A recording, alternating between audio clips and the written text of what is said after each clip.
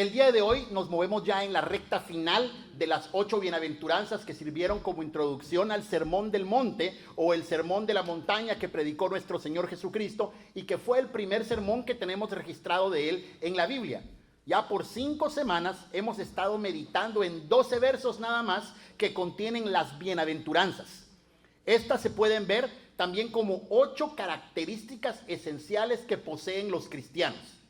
Hemos visto que los cristianos deben de ser o deben de reconocer su pobreza, su bancarrota espiritual. Nadie puede pararse delante de Dios por sus propias pistolas, como dicen en algún lugar. Segundo, esa pobreza espiritual nos llama a llorar por nuestro propio pecado. Todos aquí somos pecadores. Todos, ninguno se salva. Todos somos pecadores.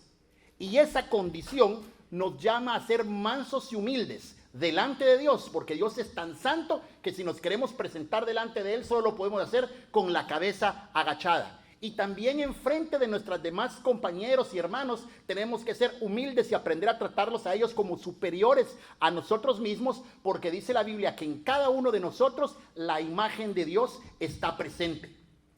También la Biblia nos llama a nosotros a tener hambre y sed de justicia, en 2 maneras: de tratar de buscar una vida justa delante de Dios, pero también de aprender a buscar la justicia en medio de la sociedad en que nosotros estamos viviendo.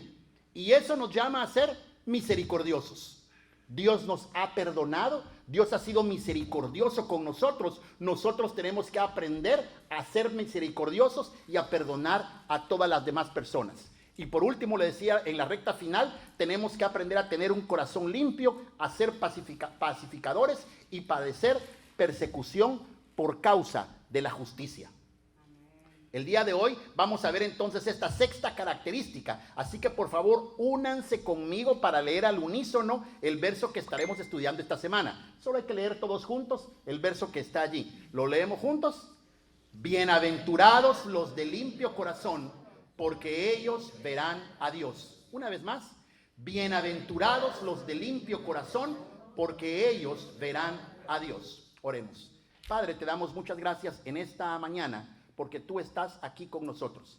Creemos y entendemos esta verdad, que es tu Espíritu Santo el que nos enseña estas cosas que debemos aprender. Que hoy, al exponerse tu palabra, tu Espíritu Santo nos descubra esos tesoros para que podamos guardarlos en nuestro corazón y al salir de aquí podamos vivir por tu palabra. Padre, también te ruego por mí, para que cuando yo abra mi boca pueda hablar con denuedo y valentía el misterio del Evangelio de nuestro Señor Jesucristo, en quien oramos. Amén y amén. Bienaventurados los de limpio corazón, porque ellos verán a Dios. Es una frase corta. Es una frase sencilla, es una frase hermosa. Bienaventurados los de limpio corazón, porque ellos verán a Dios. Ahora, su brevedad no debe confundirse con simpleza, porque esta frase tiene gran profundidad. Hay mucho que nosotros podemos sacar de esta frase. Durante los últimos 6 domingos, cuando iniciamos esta serie, hablamos que entre la gente que estaba dentro de la multitud que seguía a Jesucristo, alrededor de él, al momento de este sermón y en muchos otros sermones más, estaban alrededor de ellos unos grupos conocidos como los fariseos. Los fariseos eran sumamente celosos de la palabra de Dios. Es interesante porque cuando oímos la palabra fariseo, usualmente se nos viene a la mente solo cosas malas. Pero la palabra dice que eran personas sumamente celosas de la palabra de Dios. Contrario a lo que creían los saduceos, los fariseos creían en la resurrección de la vida. Muchos en esa época no creían que había resurrección. Creían en la vida eterna también. Muchos en esa época no creían en la vida eterna. Los fariseos sostenían que había resurrección de los muertos, que había vida eterna. Creían en la existencia de los ángeles y buscaron de corazón tratar de explicar y aplicar la ley en los asuntos de la vida diaria judía. Muchos de los fariseos eran también escribas y la tarea de ellos era preservar la escritura. Ellos agarraban los antiguos escritos y los copiaban a mano lentamente, buscando mantener la mayor de las exactitudes. Así que gracias a los fariseos y algunos de los escribas, nosotros hoy podemos gozar del Antiguo Testamento en nuestras manos. Si no, nosotros no lo tuviéramos. Hoy gozamos de la Biblia por ellos. Gracias a los fariseos, también la fe judía continuó hasta el día de hoy, porque después del año 70, cuando fue destruido el templo, desapareció mucho del sistema religioso judío, pero los fariseos, ellos se encargaron de tratar de explicar cómo vivir la Biblia todos los días de la vida. O sea que desaparecieron los rituales, desapareció el templo, pero se mantuvieron presentes gracias a la forma en que ellos miraban la vida. Jesús tuvo muchas discusiones con los fariseos, pero no precisamente por su doctrina. En Mateo 23, que ustedes lo pueden leer, después dice, los escribas y los fariseos, esto lo dice Jesucristo, los escribas y los fariseos se apoyan en la cátedra de Moisés, así que ustedes deben obedecer y hacer todo lo que ellos les digan. Interesante, ¿verdad? Huimos de los fariseos y oímos solo cosas malas, pero Cristo Jesús dijo, cuando ellos hablen, pónganles atención y hagan lo que ellos les dicen, porque ellos se apoyan en la cátedra de Moisés.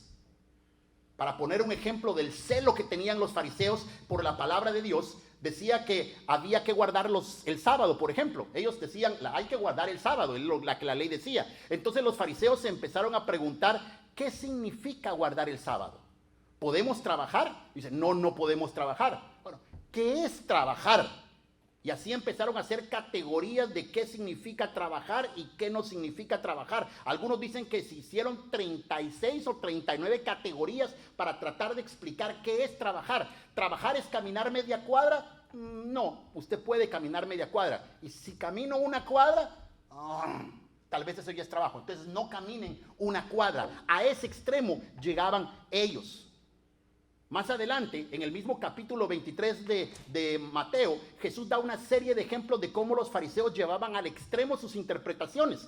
En cuanto al diezmo, por ejemplo, ellos dicen que contaban tan exactamente el diezmo, que contaban el 10% de la menta, del eneldo y del comino. Ustedes han visto el comino, ¿verdad? Imaginen eso, empezaban a contar cada una de las semillitas para poder entender cuánto era exactamente el 10%. ¿Por qué hacían esto? ¿Por qué llegaban a ese extremo? Probablemente podemos entender un poquito qué había atrás en la mente de los fariseos, qué había en el corazón de los fariseos al recordar la historia de un fariseo muy famoso que tuvo una conversación con Jesús, Nicodemo.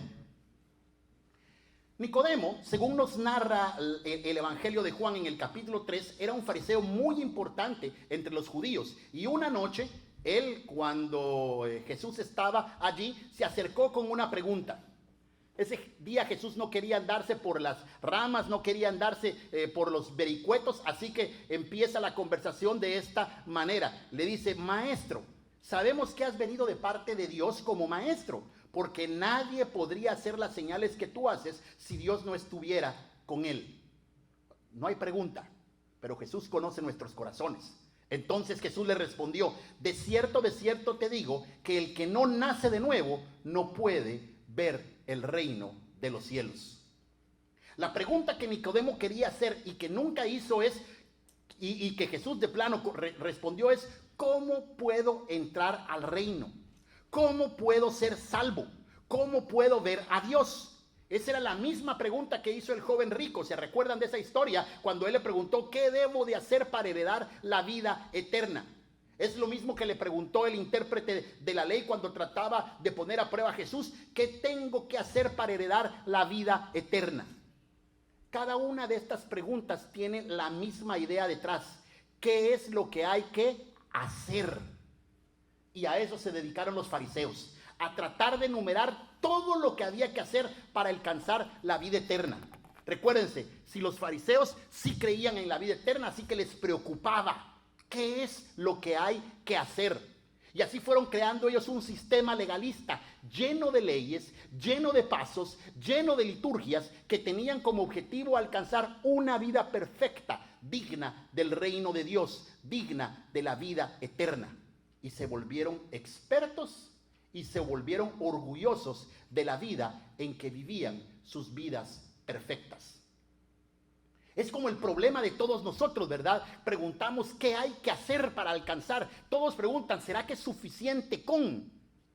¿Será que necesito hacer qué? ¿Será que necesito dejar de hacer esto? en apariencia. De eso es lo que ellos se empezaron a preocupar. ¿Qué es lo que debo de hacer de las cosas externas? Pero terminó siendo una enorme lista de quehaceres y una enorme lista de deberes imposibles de cumplir. Por eso Jesús les decía: atan cargas pesadas y difíciles de llevar y las ponen sobre los hombros de los hombres. Los fariseos volcaron toda su atención al exterior, a los actos, a los rituales. Y por eso, regresando al ejemplo del diezmo, Jesús les dice: se olvidaron de lo más importante. Se preocuparon en calcular el diezmo exacto. Sacaban la calculadora y si había que dar medio centavo, me imagino que partían el centavo a la mitad para entregar exactamente el diezmo. Pero Jesucristo les dice: se olvidaron de lo más importante, la justicia, la misericordia y la fe. Es necesario que hagan esto, pero sin dejar de hacer aquello. Guías de ciegos que cuelan el mosquito, pero se tragan el camello. Miren qué interesante esto, porque lo que está diciendo es que se preocupan en los mínimos detalles. El mosquito, ¿verdad? El zancudo, el animal más chiquito en la región de ellos, pero dejan de pasar el camello, el animal más grande que ellos conocían. Se dejan pasar las cosas, los mínimos detalles no se pasan, pero la justicia, la misericordia y la fe, que era lo más importante, eso lo dejan por un lado. Se volvieron expertos en las apariencias, se volvieron expertos en el exterior, estaban procurando alcanzar la justicia a través de sus actos externos, a través de eventos religiosos, a través de largas oraciones, a través de ayunos interminables, a través de limpiezas rituales. Y Jesús les recuerda que antes que los actos del exterior es importante el interior, el corazón. De eso trata esta bienaventuranza. Bienaventurados, felices los del corazón limpio, porque ellos verán a Dios. Desde el Antiguo Testamento, el corazón se entiende no solo como este órgano que bombea la sangre en todo nuestro cuerpo, sino que representa el fuero interno del hombre. El Señor le dijo: no te dejes llevar por su apariencia ni por su estatura, porque este no es mi elegido. Yo soy el Señor y veo más allá de lo que ve el hombre. El hombre mira lo que está delante de sus ojos, pero yo miro el corazón, dice el Señor. Así que el corazón es también la persona misma, es su personalidad, es su voluntad, es el centro de las emociones, es el centro de la sabiduría. El corazón es el centro de la conciencia, es el centro del carácter moral de las personas. Por lo tanto, es también el centro de la rebelión y es el centro del orgullo. Hijo de hombre, dile de mi parte al príncipe de Tiro: yo, el Señor y Dios, te digo que te has envanecido en tu corazón. Crees que eres un Dios y que tienes trono en medio de los mares. En tu corazón actúas y piensas como si fueras un Dios, aunque no eres un Dios, eres solamente un hombre. En el Nuevo Testamento, la palabra que se utiliza es cardia, de donde viene la palabra castellana cardíaco, cardiólogo, electrocardiograma. Aún el corazón es visto como el órgano del que emana la vida, y por eso fácilmente se hizo la transición para llegar a significar toda la actividad mental, toda la actividad moral del hombre, tanto las racionales como las emocionales. Así que la Biblia declara figurativamente que la maldad del hombre radica ¿en dónde? En el corazón del hombre. Es una oportunidad en una oportunidad, los fariseos, preocupados por las acciones externas de purificación, le dicen a Jesús: ¿por qué tus discípulos no se lavan las manos antes de comer? ¿Por qué? Y Jesús le responde: porque del corazón salen los malos deseos, los homicidios, los adulterios, las fornicaciones, los robos, los falsos testimonios, las blasfemias. Estas son las cosas que realmente contaminan al hombre. Comer sin lavarse las manos no contamina a nadie.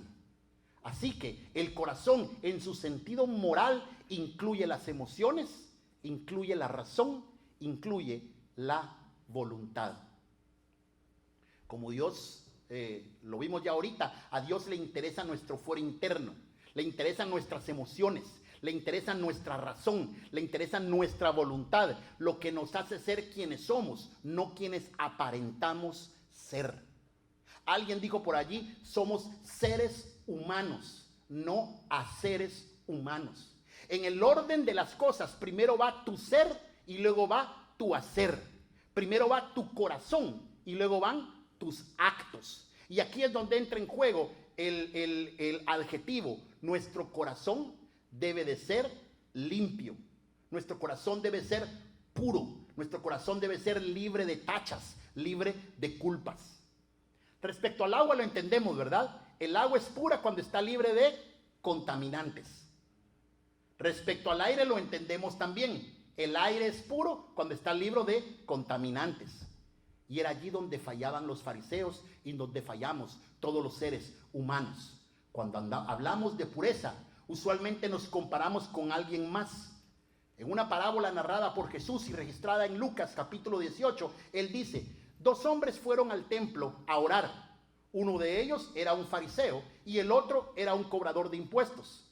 Puesto de pie, el fariseo oraba de la siguiente manera. Miren cómo lo dice la Biblia. Puesto de pie, el fariseo oraba consigo mismo, ni siquiera con Dios. De esta manera: Dios mío, te doy gracias porque yo no soy como los demás. Los demás son ladrones, los demás son injustos, los demás son adúlteros. Ni siquiera soy como este cobrador de impuestos. Ayuno 2 veces a la semana, doy mi diezmo de todo lo que yo gano. En otras palabras, él estaba diciendo: yo no seré perfecto, pero por lo menos soy mejor que ese que está sentado allí. Yo no seré perfecto, pero sí seguro que soy mejor que el tío. Yo no seré perfecto, pero no soy tan bravo como mi esposo o tan enojado como mi señora. Eso es lo que estaba en la mente del fariseo. Probablemente no seré lo mejor, pero seguro que soy mejor que alguien más. El salmista David se pregunta esto: ¿quién merece subir al monte del Señor? ¿Quién merece llegar a su santo templo? Solo quien tiene las manos limpias y el corazón puro. Solo quien no se invoca a ídolos ni hace juramentos a dioses falsos. La pureza que pide Dios es completa y el estándar que Él da para medir la pureza es Dios mismo. Yo no me mido contra mí, yo no me mido contra mi hermano, yo no me mido contra mi sobrino, yo me mido contra Dios. Al contrario, dice Pedro, vivan una vida completamente santa, porque santo es aquel que los ha llamado. Escrito está: sed santos porque yo soy santo. Esto se pone de una manera difícil, porque ¿quién de nosotros logra entonces cumplir el estándar? ¿Quién puede decir quién es perfecto, santo y puro como Dios? Eso es lo que Él está demandando. Dios es el único ser inherentemente puro. El hombre en su condición natural gozó de esa pureza hasta que un día pecó, y con él toda la creación, y de esa condición no se salva absolutamente nadie.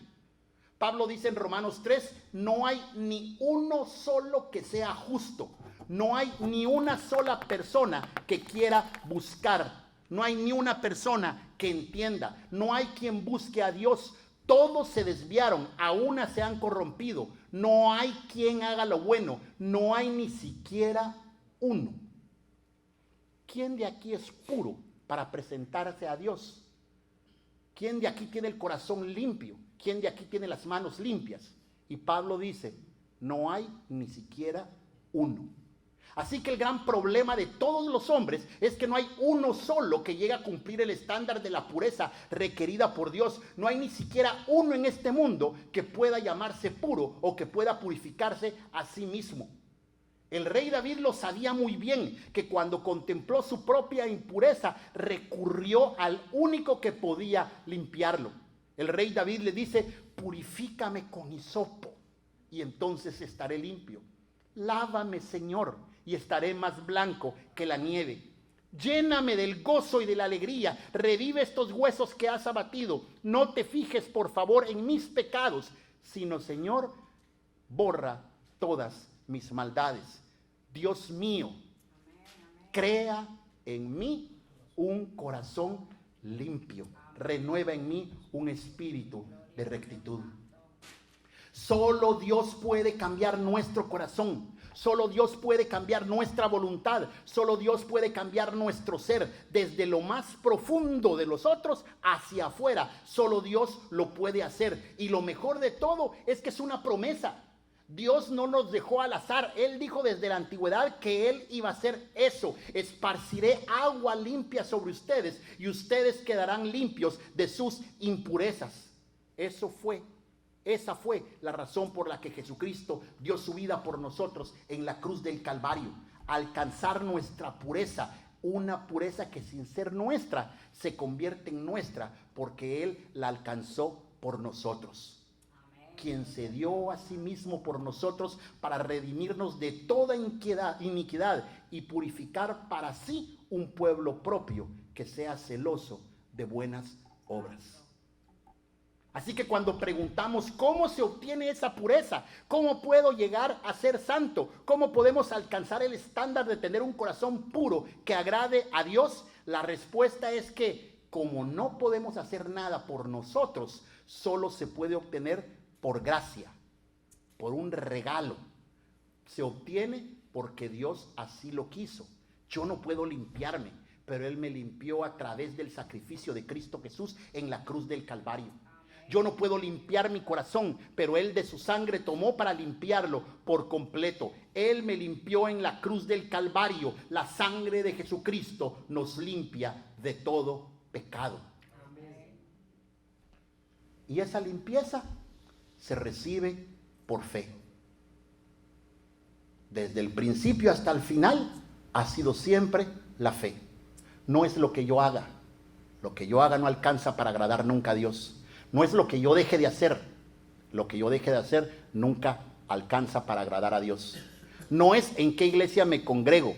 No importa a qué iglesia me congrega, eso no alcanza nunca para agradar a Dios. Así los creyeron también en la antigüedad, así lo creyeron también los apóstoles. Pedro, en una reunión con líderes de la iglesia primitiva, les dijo: Dios no hizo ninguna diferencia entre ellos y nosotros, sino que fue por la fe que purificó sus corazones. Hechos 15:9 está ese pasaje.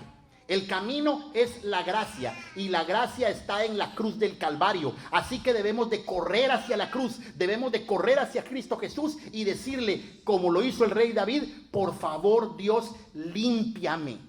Debemos acercarnos a la fuente de agua pura y decirle: purifícame con hisopo y entonces estaré limpio. Lávame y estaré más blanco que la nieve. Lléname de gozo y alegría. Reaviva los huesos que están abatidos. No te fijes en mis pecados, más bien, por favor, Señor, borra todas mis maldades. Dios mío, necesito que crees tú un corazón limpio. Entonces, nuestro corazón estará limpio. Y si tu corazón está limpio, podrás ver a Dios, no solo como una oferta para el futuro, sino también para el presente, porque acercarse a Cristo es acercarse a Dios. No es acercarse a la iglesia, no es acercarme al pastor, no es acercarme a los hermanos, es acercarse a Cristo. Cuando yo me acerco a Cristo, me acerco a Dios, porque ver a Cristo es ver a Dios. Quien me ha visto, le dijo Jesús a Felipe, ha visto al Padre. Vemos a Dios en la persona de Cristo. Vemos a Dios caminando a través de las páginas del Evangelio. Vemos a Dios al ver a Cristo alimentando a los 5,000. Vemos a Dios al ver a Cristo dándole vista a un ciego. Vemos a Dios al ver a Cristo llorando por la muerte de un amigo. Vemos a Dios amante y misericordioso al ver a Cristo colgado en la cruz del Calvario. Vemos a Dios en toda su gloria al ver a Cristo resucitándose de la muerte, levantándose de la tumba fría. Veremos a Dios en la persona de Cristo preocupándose por los pequeños. Veremos a Dios en Cristo preocupándose por los indefensos. Veremos a Dios como un amigo cuando lo vemos sentado en las mesas con los publicanos, con las prostitutas y con todos los demás. Veremos a Dios viendo a Cristo cómo gozaba con sus amigos. Y así poco a poco vamos a encontrar cada día a través de Cristo Jesús, y nuestra pureza empezará también a ser de nuestros actos.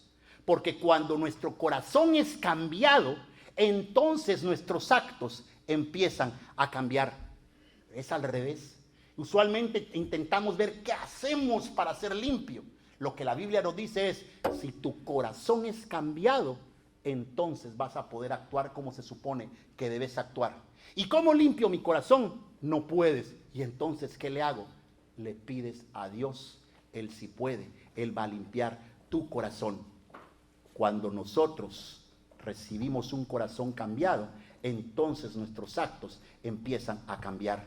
Es cierto, el apóstol Pablo nos recuerda que ahora vemos con opacidad como a través de un espejo, pero en el día en que vamos a poderle ver cara a cara, entonces vamos a poder conocer tal como nosotros fuimos conocidos. ¿Quieres ver a Dios? ¿Es tu anhelo ver a Dios aquí? ¿Es tu anhelo ver a Dios en el futuro? ¿Quieres? Solo hay un camino. Tienes que tener tu corazón limpio. ¿Quieres tener un corazón limpio? Solo hay un camino. Tienes que acercarte a Cristo. No a la iglesia, no al pastor, no a los rituales, no a las cosas que hacemos. Tienes que acercarte a Cristo. Y Él lo hará. Entonces nosotros vamos a poder recibir aquello que nosotros no podemos hacer. Él va a tomar nuestro corazón y nos va a dar uno nuevo, uno limpio, de acuerdo al corazón de Dios. Y entonces, con ese corazón limpio, podremos ser dichosos, verdaderamente felices, porque son felices, son dichosos los de corazón limpio, porque ellos verán a Dios. Les voy a pedir que inclinen su rostro por un momento. Yo sé que los que estamos acá somos viejos conocidos ya.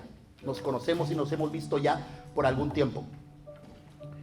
Pero esta pregunta es ineludible. ¿Está tu corazón limpio? ¿Puedes decir con tranquilidad, sí, mi corazón está limpio? Porque si tu corazón no está limpio, no vas a poder ver a Dios. ¿Qué puedo hacer para limpiar mi corazón? Nada. Se recibe como un regalo. Dios nos limpia nuestro corazón a través de Cristo Jesús.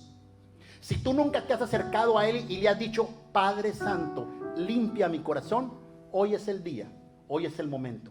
Ahí donde estás tú, solo dile esas palabras sencillas. ¿Tan fácil es? Es fácil, no es porque haya sido fácil. Cristo pagó todo el precio en la cruz del Calvario. Él derramó su sangre para que nosotros nos podamos acercar con libertad a Él. Si nunca le has dicho estas palabras, hoy es el momento y por fe recibe esa limpieza. Padre Santo, deseo ser limpio. Límpiame de mi maldad. Padre Santo, quiero ver tu rostro. Cambia mi corazón. Padre Santo, yo no puedo, pero tú sí puedes. Por favor, limpia mi corazón.